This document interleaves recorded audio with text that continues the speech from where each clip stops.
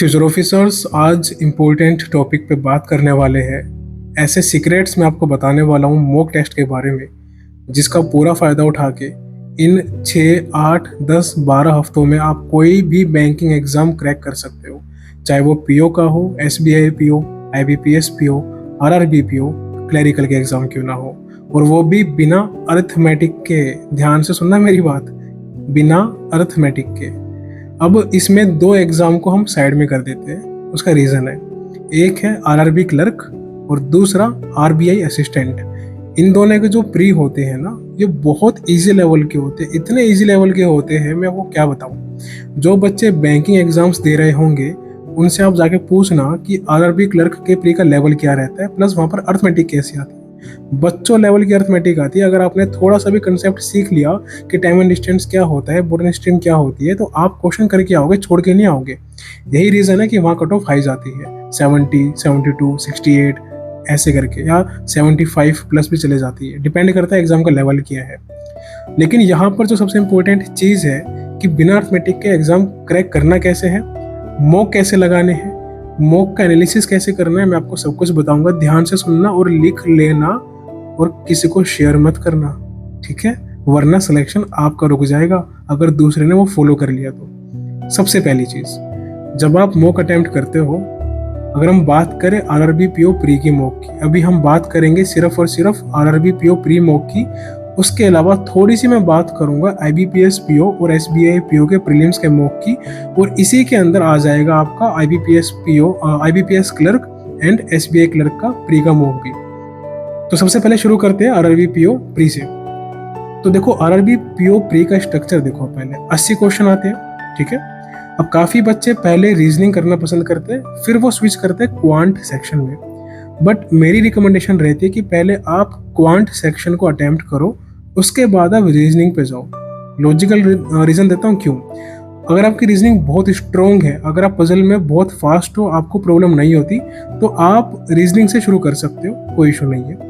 लेकिन अगर आपको पजल्स में इशू आते हैं, आप पजल में स्टक हो जाते हो, तो आपको हमेशा शुरुआत करनी है क्वांट सेक्शन से। ओके, सबसे पहले हम बात कर लेते हैं रीजनिंग सेक्शन की कि कैसे अटेम्प्ट करना है। अब मान लो रीजनिंग आप पहले अटेम्प्ट करते हो या फिर बाद में अटेम्प्ट करते हो क्वांट के बाद, वो कोई इशू नहीं है, लेकिन अटेम्प्ट कैसे करना है वो सुनो। सबसे पहले जो इजी क्वेश्चन होते हैं ना, जो फ्री के नंबर होते हैं, क्या इनइक्वालिटीज, सिलोग्स, कोडिंग डिकोडिंग, डायरेक्शन, ये 4 क्वेश्चन तो पहले लपेट देना, बिल्कुल भी देर मत करना। सबसे पहले इनको करना है। उसके बाद हर एक मॉक में, इवन रियल एग्जाम में भी 20 से 25 क्वेश्चन आपके होंगे पजल्स के, सिर्फ 40 में से। तो पजल तो सबसे क्रूशियल पार्ट है। अब जो बच्चे ये बोलते हैं कि बिना अर्थमेटिक के एग्जाम क्रैक नहीं होगा, तो उसमें 2 टाइप के बच्चे रहते हैं, हमेशा याद रखना है मेरी बात। एक वो बच्चा रहेगा जिसका रीजनिंग वीक होगा, उसके रीजनिंग में 22, 23, 25 नंबर आ रहे होंगे 40 में से, और बात है उसको करनी है अर्थमेटिक में पीएचडी करने वाली, रामानुजन बनना है उनको, लेकिन उनसे रीजनिंग हो नहीं रही है, ठीक है? फिर वो बोलते हैं कि बिना अर्थमेटिक का एग्जाम क्रैक नहीं होगा। तो रीज़न ये है कि आप पजल नहीं कर पा रहे। तो पजल पे कमांड करो, उसकी स्पीड पे काम करो, डेली 3, 4, 5, 6 मॉक लगाओ प्री के, ढीठ बन के लगाना शुरू कर दो। भूल जाओ कौन क्या कह रहा है, कौन सेक्शनल मॉक के लिए कह रहा है। सेक्शनल मॉक से बेटर है हमेशा आरआरबी पीओ के लिए, स्पेशली प्रीलिम्स के लिए, वो है फुल मॉक। आपको फुल मॉक में टाइम मैनेज करना आना चाहिए। कहाँ किस सेक्शन में कितना टाइम देना है वो आपको पता होना चाहिए। कौन सा क्वेश्चन किस डिफिकल्टी लेवल के हिसाब से किस सेक्शन में दिया है, उसको स्किप करना आपको आना चाहिए, और कौन सा क्वेश्चन पहले करना है वो आपको पता होना चाहिए। वो आपका सब कुछ मॉक टेस्ट की प्रैक्टिस से ही आएगा, इसी से डेवलप होगा। तो पजल को बिल्कुल नहीं छोड़ना। अगर कोई डिफिकल्ट पजल आती है जिसमें आप स्टक हो गए और आपके 2, 3, 4 मिनट वेस्ट हो गए, बेशक से छोड़ दो, आगे बढ़ जाओ, दिल पे मत लो, दिमाग को शांत रख के करो। ये स्प्रिंट नहीं है, ये मैराथन है 45 मिनट की। इसमें वही जीतेंगे जो 45 मिनट तक अपना एंड्योरेंस मेंटेन कर सकते हैं, अपना माइंडसेट काम रख सकते हैं। ओके, तो आपके 10 से 15 क्वेश्चन होंगे सिलोक्स, इनइक्वालिटी, कोडिंग डिकोडिंग और डायरेक्शन के, और लगभग 25 क्वेश्चन आपके होंगे पजल के। इन सबको अगर आप मिला लोगे तो लगभग आपके 35-36 क्वेश्चन कहीं नहीं जाने वाले। या कम से कम 34-35 तो मान के चलो आप। फिर जो 4-5 क्वेश्चन बचते हैं उसमें कुछ क्वेश्चन होते हैं ब्लड रिलेशन के, 2-3 क्वेश्चन, या फिर कुछ क्वेश्चन है उसकी जगह वो भी आ जाते हैं कि हाइट में क्या डिस्टेंस है, लाइक डिफरेंस है, या वेट का डिफरेंस क्या है। ठीक है, तो डिफरेंस बेस्ड क्वेश्चन भी आ सकते हैं। और साथ में 2 या 3 क्वेश्चन आपके मिसलिनियस बेस्ड भी आ जाते हैं कि अल्फ़ाबेट है कितने इसमें, इवन है, ओड है, इस तरीके के जो क्वेश्चन होते हैं वो हमेशा लास्ट में करने हैं।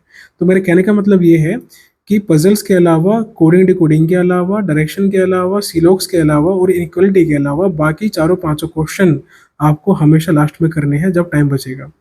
क्वांट की बात कर लेते हैं। क्वांट में अब बच्चे बोलेंगे कि सर बिना अर्थमेटिक के तो एग्जाम क्रैक होगा नहीं। मैं बार बार एम्फेसाइज क्यों कर रहा हूँ अर्थमेटिक पे, क्योंकि एक ना बहुत बड़ा मिथ बन चुका है और वो मुझे बस्ट करना है। जो बच्चे बोलते हैं ना कि नहीं हो सकता, उनको करके दिखाना है कि हो सकता है, और करें, करते हैं बच्चे। आप पता नहीं किस जमाने में रह रहे हो। खैर, क्वांट के अंदर आपकी 10 से 12 नंबर की डीआई आती है, ये हमेशा याद रखना। वो आपको कभी नहीं छोड़नी, कभी स्किप नहीं करनी, उस पर अटैक करो। उसके बाद आपको अटैक करना है मिसिंग नंबर सीरीज।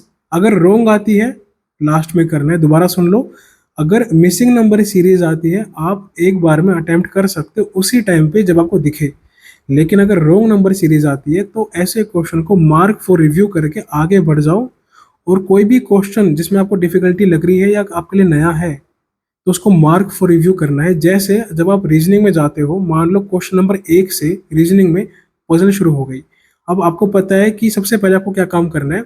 कभी भी कोई भी पजल वगैरह आती है आपको ये चेक करना है कि क्या इसमें 4 से 5 क्वेश्चन है। तो अगर आपकी 1 नंबर से पजल शुरू हुई है, क्वेश्चन नंबर 1 से, तो डायरेक्टली जंप करो क्वेश्चन नंबर 5 पे, और ये चेक करो कि क्या क्वेश्चन नंबर 5 पे सेम पजल है या नहीं। अगर सेम पजल है तो उस पजल को मार्क फॉर रिव्यू कर दो क्वेश्चन नंबर 1 पे। ठीक है, फिर क्वेश्चन नंबर 6 पे जंप करो। अब 6 पे अगर आपका मान लो इनइक्वालिटी शुरू हो गया तो उसको साथ में करते जाओ। 6, 7, 8 जितने क्वेश्चन वो होंगे, 3 से 4, उसको करते जाओ। फिर जैसे वो खत्म होती है फिर आपका मान लो एक पजल और आ गई। उस पजल में जाके देखो कितने क्वेश्चन है। अगर उसमें 3 क्वेश्चन है, 2 क्वेश्चन है, उसको स्किप कर दो। टाइम खराब करेगा। 4 मिनट में 3 क्वेश्चन करने का कोई सेंस नहीं बनता, उसको स्किप करो, वो बाद में करना जब टाइम बचेगा। अगर उसमें 5 क्वेश्चन है तो अगेन मार्क फॉर रिव्यू करो और आगे बढ़ जाओ। फिर मान लो सिलोक्स आता है तो पहले उस पर अटैक करो, या फिर उसके बाद कोडिंग डिकोडिंग आता है उस पर अटैक करो, डायरेक्शन आता है उस पर अटैक करो। जब ये आपके 12-15 नंबर पूरे हो जाए पक्के रीजनिंग में, जो कि आपको विद इन 8 मिनट्स के अराउंड करने ही करने हैं, किसी भी कीमत पे, किसी भी हालत में उस लेवल पे आपको जाना पड़ेगा स्पीड कर करके। तो उसके बाद आप शुरू कर दो पजल करना। अब पजल में भी आपको कुछ ऐसी पजल होती है जो हर एक पर्सन को ना कॉम्प्लेक्स लगती है। कई बच्चों को मंथ बेस्ड पजल अच्छी नहीं लगती, उसमें उनको कंफ्यूजन होती है। कई बच्चों को सर्कुलर इनवर्ड आउटवर्ड जो फेस करते हैं उनमें उनको इशू होता है। तो ऐसी पजल को उस टाइम पे स्किप करो, मत करो। बाकी जो पजल्स हैं उन पे फोकस करो, उनको कर लो। अगर मान लो आपने 5 में से 3 पजल भी कर ली तो आपके 15 यहाँ पर नंबर हो गए। तो पजल के आपके 15 नंबर हो गए, और लगभग 15 नंबर आपके हो गए बाकी जो क्वेश्चन थे उनके, जो हमने बात की थी सिलोक्स वगैरह के। तो 30 नंबर या 28 नंबर लगभग आपके रीजनिंग में अभी भी बन रहे हैं, 28 मान के चलते हैं। अब आपके क्वांट में डीआई, जिसमें आपके 10 से 12 क्वेश्चन होंगे। फिर मिसिंग नंबर सीरीज अगर वो आती है तो वो भी कर लो अटैक। अगर वो नहीं आती तो रो नंबर छोड़ देना, वो बाद में करना है। उसके बाद सिंप्लीफिकेशन अप्रोक्सीमेशन के 5 कुछ क्वेश्चन आते हैं वो करने हैं, 4 से 5 या 6, वो उसी टाइम पे कर दो। देन सबसे फेवरेट टॉपिक क्वाड्रेटिक इक्वेशन, वो तो बिल्कुल मत छोड़ना, फ्री के नंबर होते हैं, उस पर प्रैक्टिस करो। ऐसे क्वेश्चन में गलती मत करना बिल्कुल भी, किसी कीमत पे। गलती अगर आपने की तो आपका नुकसान है, यानी कि आपकी प्रैक्टिस में कमी है, आपके डिसिप्लिन में कमी है, आपने वो सीखा ही नहीं है, आपने अपनी गलतियों से एनालाइज ही नहीं किया। तो उसको जाके आपको सीखना है कि कोई मिस्टेक वहाँ पर नहीं होनी चाहिए, ना ही क्वाड्रेटिक में, ना ही मिसिंग नंबर सीरीज में, ना ही डीआई में, ना ही किसी कोडिंग डिकोडिंग में, सिलोक्स में, इनइक्वालिटी में, पजल में मिस्टेक नहीं करनी। अगर पजल पूरी बनाई है तो पूरी पजल एग्जैक्ट आपकी होनी चाहिए। इन केस सिली मिस्टेक हो जाती है कुछ भी पजल में या ऑप्शन को मार्क करने में, तो उसको ध्यान रखो कि अगली बार ये चीज़ ना हो या ये एरर ना हो आपके साथ। ठीक है, तो क्वांट में आपका डीआई हो गया 10 से 12 का, लगभग 5 से 6 आपके सिंप्लीफिकेशन या फिर अप्रोक्सीमेशन के क्वेश्चन होंगे, और 4 से 5 क्वेश्चन आपके होंगे क्वाड्रेटिक इक्वेशन के। तो टोटल मिला के विदाउट नंबर सीरीज आपके यहाँ पर 20 नंबर बन रहे हैं। ठीक है, 40 में से। तो ये 20 और रीजनिंग के 28, ये मिला के आपके अभी 48 से 50 मार्क्स के आसपास बन गए। अब आपको जाना है रो नंबर सीरीज पे, वो देखना है। अगर रो नंबर है तो उसको बाद में करना है, अगर मिसिंग है तो पहले आपको 4-5 नंबर मिल जाएंगे। अगर रो नंबर होता है तो वहां पर भी एक दो पैटर्न ऐसे होते हैं जो बहुत कॉम्प्लेक्स होंगे, और वो उसमें आपको घबराना नहीं है बिल्कुल भी। जैसे कि इमरान खान साहब बोलते हैं पाकिस्तान में कि सबसे पहली बात तो आपने घबराना नहीं है, शांत रहना है, शांत दिमाग से ही क्वेश्चन सोल्व होगा, दिमाग को शांत रखना है, ठीक है। तो अगर आपने मान लो 3 क्वेश्चन भी कर लिए नंबर सीरीज के, चाहे मिसिंग हो चाहे रोंग हो, तब भी आपके 50 प्लस यहाँ पर नंबर हो गए, 50-51। अब आपको जंप कर देना है डायरेक्टली मिसलिनियस क्वेश्चन पे, जो कि रीजनिंग के थे, जिसमें 3 से 4 क्वेश्चन जो आते हैं ना, वन लाइनर वाले क्वेश्चन आते हैं। अल्फाबेट्स कितने हैं इसके अंदर, A1 वर्ड पूछ लेता है। तो इस तरीके के कुछ क्वेश्चन होते हैं 3 से 4, वो अटेम्प्ट कर लो, और बाकी जो क्वेश्चन बचे रीजनिंग के अंदर वो अटेम्प्ट कर लो। तो रीजनिंग में अगर आप 37-38 अटेम्प्ट कर रहे हो, और क्वांट में अगर आप 24-25 या 23 भी अटेम्प्ट कर रहे हो, तो 37 और 23 मिला के आपके 60 नंबर पूरे पूरे बन चुके हैं। किसमें? आरआरबी पीओ के प्री मॉक में, प्लस एग्जाम में भी। और लास्ट ईयर कट ऑफ गई थी 52-53 ऑन एन एवरेज। और अगर मान के चलो कि आप इतना अटेम्प्ट कर रहे हो 60 क्वेश्चन, तो आप 2-3-4 क्वेश्चन फालतू करके ही आओगे। अर्थमेटिक के ना कुछ क्वेश्चन बहुत ही फद्दू क्वेश्चन होते हैं, बहुत ही बच्चों वाले क्वेश्चन होते हैं।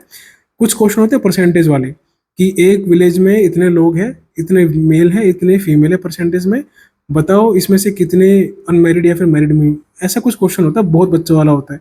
कुछ क्वेश्चन होते हैं रेशियो वाले, कि A B C का जो लाइक एवरेज है वो इतना है, A का रेशियो इतना है, B का रेशियो इतना है। तो ऐसे क्वेश्चन क्यों छोड़ना, बच्चों वाले क्वेश्चन है, ये तो बच्चा भी कर देगा 5वीं क्लास का। तो ऐसे क्वेश्चन करो।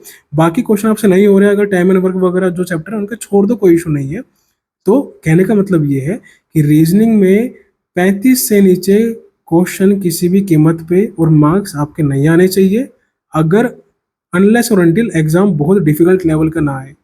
अगर मॉडरेट का आता है तो 35 प्लस आपके रीजनिंग में एनी हाउ मार्क्स होने चाहिए, ठीक है। क्वांट में आप 23, 24, 25 एनी हाउ नंबर लेके आओ। अब इसमें टाइम मैनेजमेंट आप अपने अकॉर्डिंग करो।